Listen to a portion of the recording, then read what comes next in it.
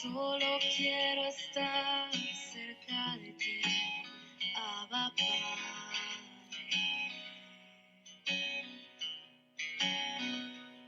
Y no hay suficientes palabras dentro de mí. Mi oración se resume al cantar que santo eres santo.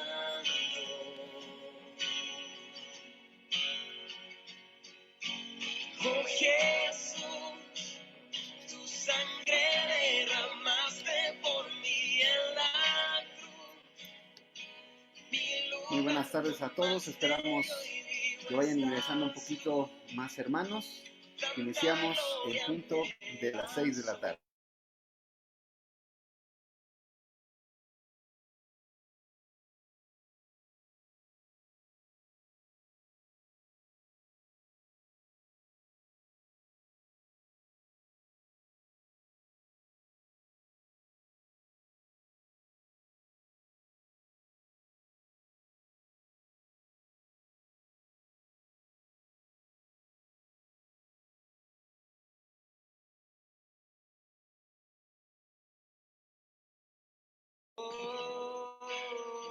Bueno, pues vamos dando la bienvenida a todos los hermanos que nos están viendo en esta tarde. Gracias a Dios por sus vidas.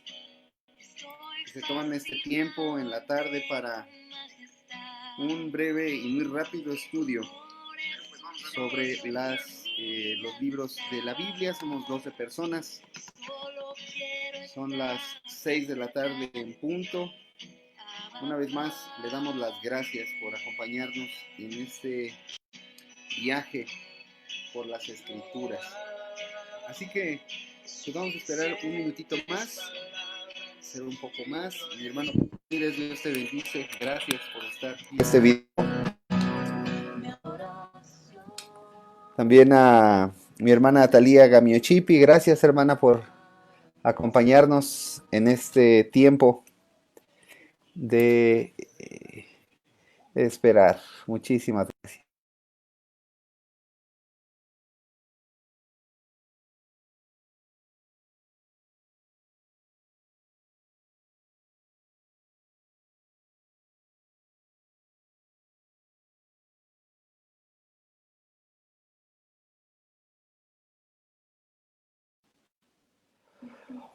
Ok, pues me da gusto saludarlos, hermanos. Estamos llegando al bloque 4, a la lección 2. Estamos prácticamente terminando los profetas mayores. A mi esposita que nos está viendo, a mi hermana Marta Tenorio, gracias por acompañarnos. Mi hermana Loida Tenorio, gracias por estar aquí viendo este estudio bíblico. Y bueno, pues quisiera pedirle primero que me acompañara a orar. Seguimos como iglesia orando por los hermanos que hoy están padeciendo algunos estragos de esta pandemia. Así que quiero pedirle que me acompañe a orar en este tiempo tan difícil para muchas familias. Acompáñame a orar, por favor. Padre, queremos darte las gracias por este tiempo que nos permites estar juntos, de estar reunidos, Señor. Te damos gracias, Padre, por los milagros de salud que nos has permitido ver, Señor. Y también te damos gracias, Padre, por que tu voluntad se sigue manifestando poderosamente entre nosotros. Te rogamos hoy, Señor, por nuestros hermanos que están en el hospital, Señor. Por los enfermos, Señor, por los médicos, por el personal administrativo, por el personal de intendencia, Señor. Síguelos fortaleciendo, Padre. Y en medio de toda esta situación, de la contracción económica, Padre, tú provee a cada hogar, Señor, lo que necesita. Te ruego que tú nos acompañes, Señor, en este estudio y que redunde, Señor, en una mejor comprensión, Señor, del mensaje que tú tienes para tu pueblo. Te damos gracias por todo. Oramos en nombre de Jesús. Amén. Bueno, también mi hermano Francisco Javier García un gusto de saludarlo, mi hermana Dolores Madrigal, Eli Cruz, Indra, gracias por estar viendo esta transmisión. Y bueno, pues estábamos hablando la vez pasada sobre el profetismo en Israel y decíamos cuatro cosas en general. La primera es que la adivinación no es igual a la profecía, es decir, cuando yo hablo de la profecía, no estoy hablando de alguien que adivine el futuro, no es lo mismo. Lo segundo es que vamos a encontrar varios nombres para referirnos a los hombres o a las personas que recibían profecía de parte de Dios. No solamente van a ser profetas, hombres de Dios, etcétera. Ya ahí tendrás este material a tu disposición. Si hablas eh, con nuestra hermana Laura, ella puede ingresarte en el grupo y puedes obtener todas esas láminas que estás viendo ahí. Y bueno, pues sigo saludando también a mi hermano Roger Ponce, mi hermano, gusto de verte. Bien, la tercera cosa es que la palabra y la visión son las formas más comunes de entender la profecía. Hay muchas otras, ¿verdad? Por ejemplo, voy a mencionar alguna, un sueño, o el comportamiento, o por medio de la naturaleza. Pero las palabras más comunes o los modelos más comunes de profecía en Israel es la palabra y la visión. Y la cuarta es quizá una de las características más interesantes, particularmente en este tiempo, porque es cumplir una misión con respecto al pueblo. Es decir, el profeta es alguien que está mediando, alguien que está entre Dios y el pueblo, entre Dios y los líderes. Entonces su relación siempre va a ser, por ejemplo, va a demandarle al pueblo que se aleje del pecado y va, por ejemplo, a los, eh, va a reprender a los líderes de Israel porque ellos están oprimiendo al pobre. Ellos están abusando de su poder, están guardándose el dinero. Entonces, estas ideas van a ser muy fuertes en cuanto al profetismo en Israel. ¿De acuerdo? Entonces, habíamos hablado que uno de los grandes retos que tenemos hoy como biblistas o como estudiosos de la Biblia es comprender esta etapa de los profetas, ¿verdad? Nos hablábamos que hay un reino unido, pero después hubo una división, el reino dividido. El reino del norte va a tener un final, ¿verdad? Platicábamos la semana pasada sobre Isaías, que está exactamente en este borde entre la caída o desaparición del reino del norte y que Judá quedará sola. Entonces, durante este periodo que Judá queda sola, va a haber otros profetas que vamos a estudiar en su momento, particularmente los profetas menores, pero vamos a platicar hoy de este último periodo que está entre estos dos grandes bloques, justo cuando Judá está sola y va a llegar Nabucodonosor y va a llegar el imperio babilónico a destruir Jerusalén. Esto va a ser muy interesante, hermano, lo vamos a ver en unos minutitos más, pero para que tú comprendas, nosotros hablamos de pronto, vemos Isaías, Jeremías, ¿verdad? Pero hay un tramo de tiempo muy grande entre los escritos de Isaías y los escritos de Jeremías. Hay bastantes años de distancia entre estos dos escritores, ¿de acuerdo? Jeremías y Lamentaciones están escritos entre la caída de Judá o la caída de Jerusalén, la destrucción de Jerusalén y el exilio babilónico. ¿De acuerdo? Entonces es muy importante que tú agarres muy fuerte estas definiciones cronológicas para que tenga sentido el mensaje que están diciendo los profetas. ¿De acuerdo? Entonces, sin más, vamos a llegar a este profeta que ha sido de ejemplo y de bendición en muchas maneras, el profeta Jeremías. Y siempre iniciamos tomando un modelo muy sencillo, recuerda que es una vista panorámica nada más de los libros, ¿verdad? El propósito del libro de Jeremías es exhortar al pueblo de Dios a que se aparte de sus pecados y vuelva a él. Este va a ser un propósito constante, constante, constante. El profeta va a estar diciéndoles, vuélvanse a Dios, regresen a Dios, abandonen sus pecados, dense vuelta, porque si no van a pasar cosas muy malas. Este va a ser uno de los mensajes centrales en la profecía de Isaías. En cuanto al autor, esto es muy interesante, hermano, porque cuando nosotros leemos el libro de Jeremías, pues evidentemente el nombre aparece constantemente. Ahora, el autor tradicionalmente se relaciona con el profeta Jeremías, pero quiero que me acompañes, por favor, a Jeremías 36, ¿sí? Fíjate ahí, abre tu Biblia, enciende tu aplicación, Jeremías 36, capítulo 36, verso número 4, ¿sí? Jeremías 36, verso 4. Mira lo que dice Jeremías 36, capítulo 36, verso 4, dice, y llamó Jeremías a Baruc, hijo de Nerías, y escribió Baruc de boca de Jeremías en un rollo de libro todas las palabras que Jehová le había hablado. ¿Te das cuenta? Es decir, Jeremías es quien recibe la profecía, pero quien redacta, quien conjunta todas estas oraciones, salmos, poesías, es Baruc.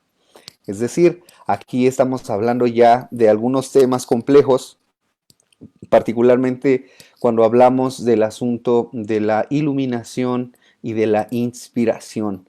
Son términos que conforme vas avanzando en el camino de la fe, se van volviendo muy claros, pero al principio es difícil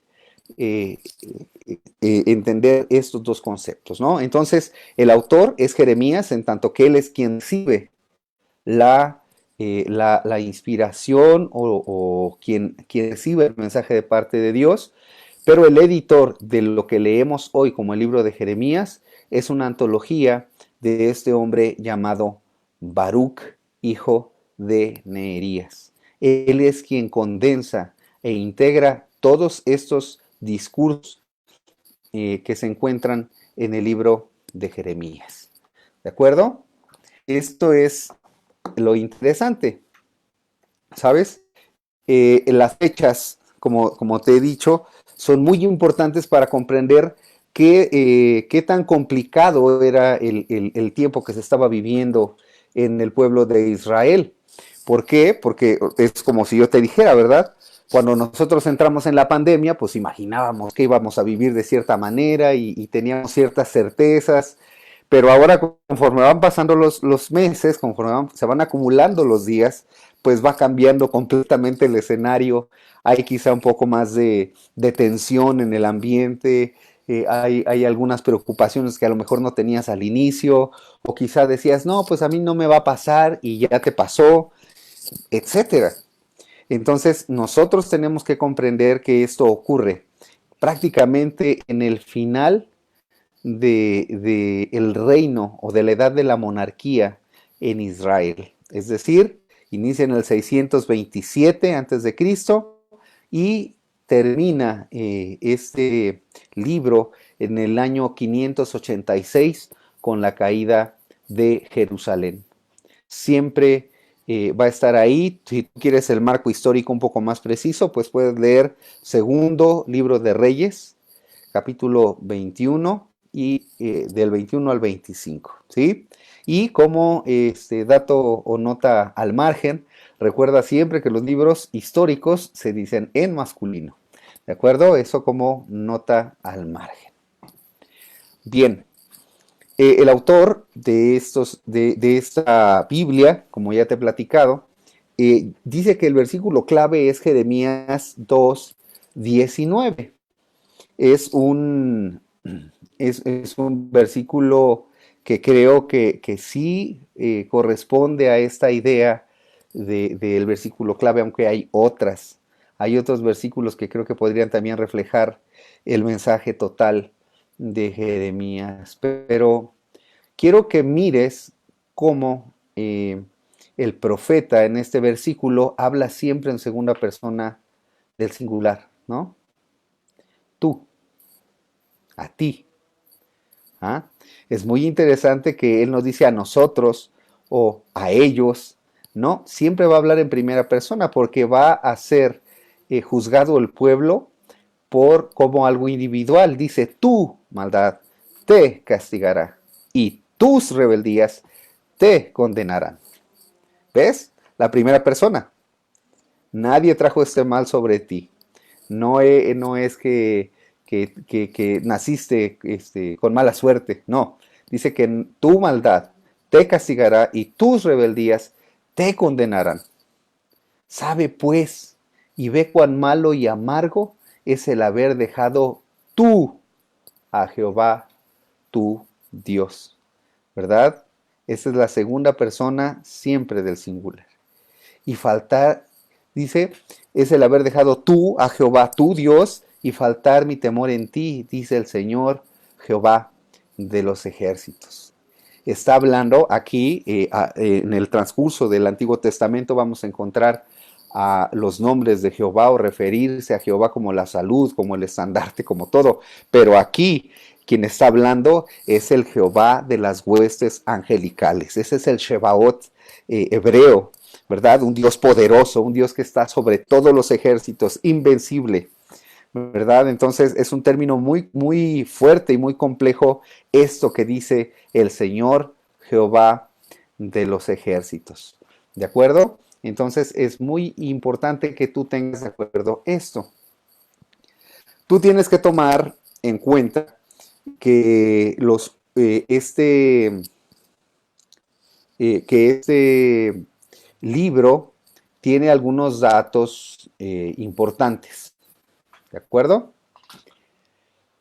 Va a estar relacionado el libro de Jeremías con los 5 últimos reyes de Judá. ¿Te acuerdas que yo te decía que los reyes había reyes buenos, había reyes malos? Bueno, de los cinco reyes a los que Jeremías o con los que Jeremías se va a relacionar, solamente uno de esos reyes, Josías, es el único bueno.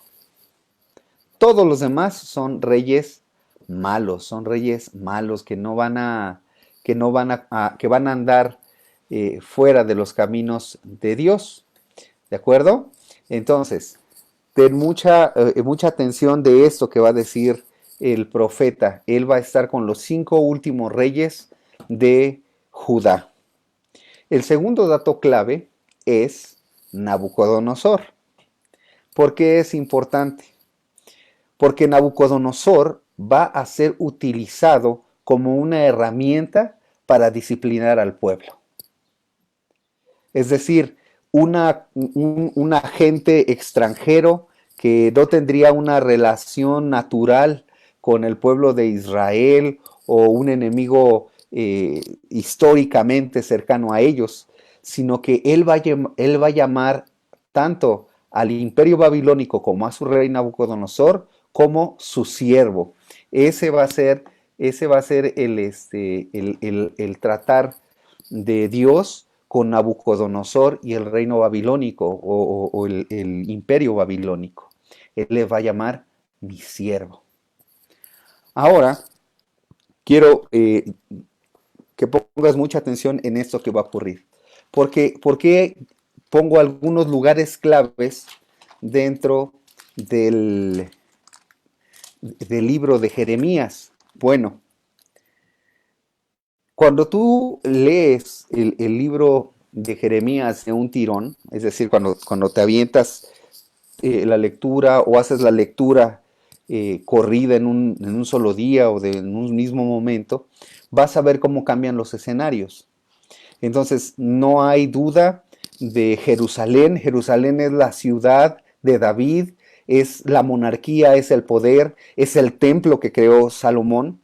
Entonces, así como yo les decía que no había un hecho histórico tan fuerte como la Pascua para el pueblo de Israel, no había otro lugar, no había otro centro más fuerte que el templo. El templo era el centro de su vida, era el centro de la vida religiosa, política, pública del pueblo de Israel.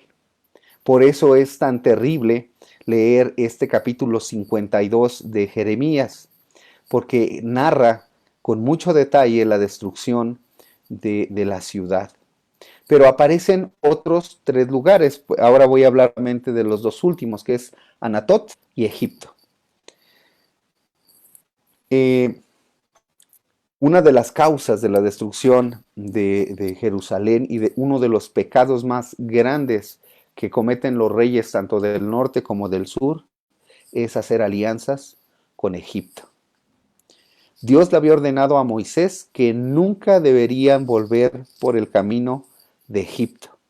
Sin embargo, los políticos, los reyes, esos monarcas que no anduvieron en los caminos de Dios, hicieron pacto con Egipto pensando que el poder económico, el poder militar, la tecnología, la ciencia que poseía Egipto iba a poder protegerlos, incluso ya cuando habían visto que Egipto había cometido muchos errores y los había abandonado en medio de las batallas.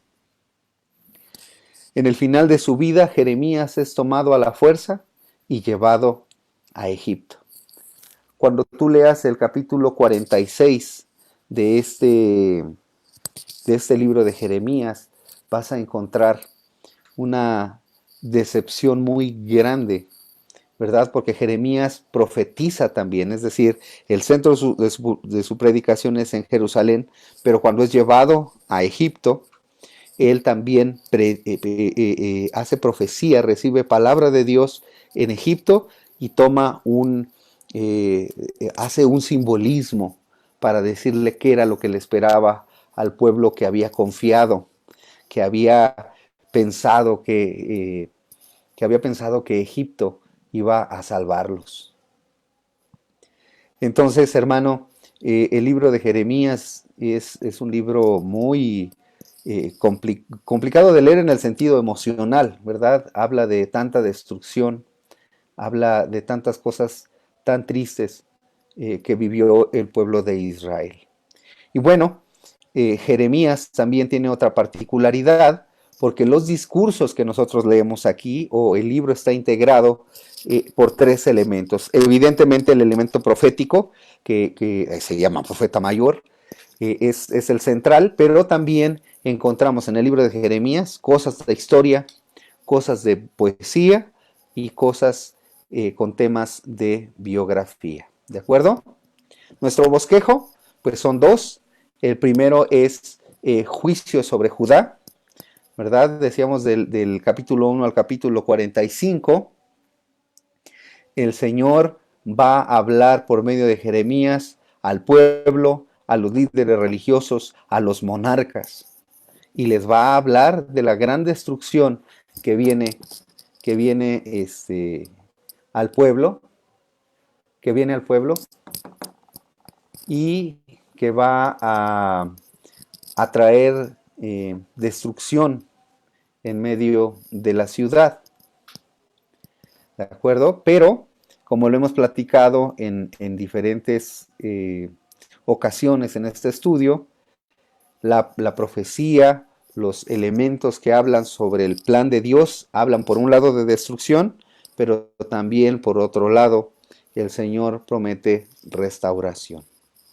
¿De acuerdo? Y a partir del 46 y hasta el capítulo 52 va a hablar sobre el juicio de Dios sobre las naciones. ¿De acuerdo? Jeremías es un libro de la Biblia, ya dijimos, el tiempo en el que se escribió tiene 52 capítulos y el nombre de Jeremías tiene varios significados. Digamos que el nombre más académico, ¿no? Lo voy a decir de esta manera, del significado de Jeremías es a quien Jehová ha designado o a quien Jehová o Dios designó. Ese es el tema de Jeremías. ¿De acuerdo? Y ahora vamos a hablar de este libro muy curioso. En la próxima semana vamos a estar hablando del Tanaj, que es la organización o el canon hebreo y su organización. Entonces yo te invito a que no te pierdas lección de estos estudios, porque vamos a hablar cómo están clasificados los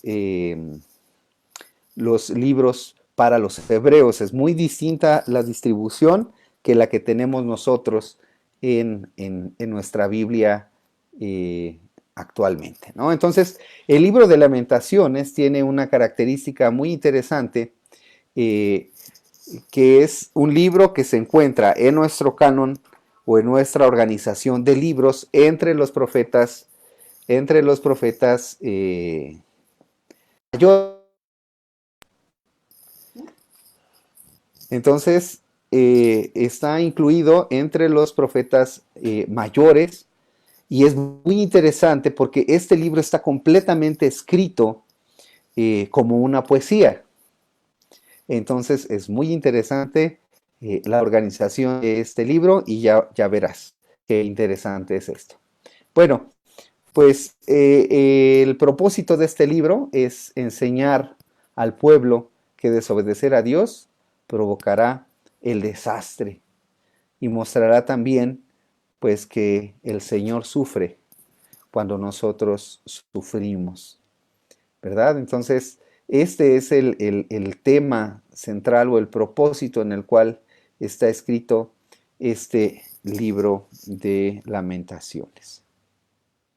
Bien, el autor evidentemente se asocia con Jeremías, aunque esa es una cosa tradicional que se le acredita, se le da la autoría a Jeremías. Sin embargo, hay numerosos académicos que hablan que el libro de Jeremías es de un autor anónimo, que aunque narra un periodo concreto de la historia de Israel, o de un periodo en el cual Jeremías está hablando, no hay en el libro, o no aparece con contundencia el libro que el autor de quien dice. Entonces, este libro de Lamentaciones tiene que ver con el tiempo en el que Jeremías estaba viviendo, ¿verdad? Nosotros hablamos de esto. Hablamos de que si tú quieres poner en contexto cronológico esto que está ocurriendo, pues tendrías que leer otra vez este asunto. Segundo libro de Reyes 21 al 25, o leer el capítulo 52 de Jeremías. Está puesto en Jerusalén, y esto fue en el año 586, año en el cual cae la ciudad de Jerusalén. ¿De acuerdo? Este es el versículo clave. Dice: mis ojos desfallecieron de lágrimas, se conmovieron mis entrañas, mi hígado se derramó por tierra a causa del quebrantamiento de la hija de mi pueblo, cuando desfallecía el niño y el que mamaba en las plazas de la ciudad. Esta es una imagen, hermano, tremenda, ¿verdad? Habla en primer lugar de los ojos, ¿verdad? En esta época en la que hemos tenido que pasar por tanto dolor, ¿verdad? Este es el término en el español que podría definir cómo nos sentimos algunos días en la pandemia, ¿verdad? Algunos momentos desfallecemos. Es decir, es un sentimiento muy profundo. Y si usted se acuerda de lo que decíamos de las características de la poesía hebrea, es que trata de narrar las emociones íntimas, intensamente, que está sintiendo el autor. La segunda parte de este versículo clave habla del quebrantamiento de la hija del pueblo cuando desfallecía el niño y el que mamaba. Así que imagínese un momento de guerra. Nosotros ahora hemos visto algunas imágenes, por ejemplo, hace un tiempo la guerra en Alepo, la ciudad de Alepo, y ver a estos niños llorando solos, llenos de polvo, con sangre, llorando en medio de las calles, porque pues por los bombardeos y las muertes que había surgido, los niños se quedan huérfanos en medio de la destrucción. Esto es lo que está narrando aquí en Lamentaciones 2:11 el autor. Entonces, ¿se da usted cuenta? Encontramos aquí imágenes muy intensas de las emociones que sienten el autor, Jeremías, de manera tradicional, al ver destruida la ciudad. Ahora, esto es muy importante para que tú veas. Acompáñame, por favor. Si puedes abrir tu Biblia en Lamentaciones, vamos a encontrar cosas muy interesantes. ¿De acuerdo? ¿Por qué? Porque Lamentaciones está escrito como un libro de poesía. Es un libro de poesía que tiene características. Por ejemplo, el libro de Jeremías está escrito de manera... se le asigna una letra, ¿verdad? Es un acróstico que tiene una letra y luego otra letra, ¿verdad? El alefato hebreo inicia con cada uno. Entonces quiero por favor que notes esto. Fíjate cuántos... el alefato hebreo tiene 22 letras, ¿de acuerdo? Ahora, fíjate cuántos versículos tiene el capítulo 1. ¿Ok? Chécalo en tu Biblia. Esto es muy interesante. El alefato hebreo tiene 22 letras. El capítulo 1 tiene 22 letras. Capítulo 2 de Lamentaciones, ¿cuántos versículos tiene? 22, ¿verdad? Ese es es muy interesante. Ahora, te estoy diciendo que tiene cinco capítulos. El primero y el segundo, cada uno tiene 22. ¿De acuerdo? El tercer capítulo tiene 66 versículos, porque ocupa 3 versículos por cada letra del alefato hebraico. Entonces vas a encontrar que el capítulo 3 tiene 66 versículos, porque toma 3 por cada letra. ¿Qué va a pasar? ¿Qué piensas que va a pasar con el capítulo 4? Va a tener 22. ¿Qué crees que va a pasar con el capítulo 5? Que va a tener 22.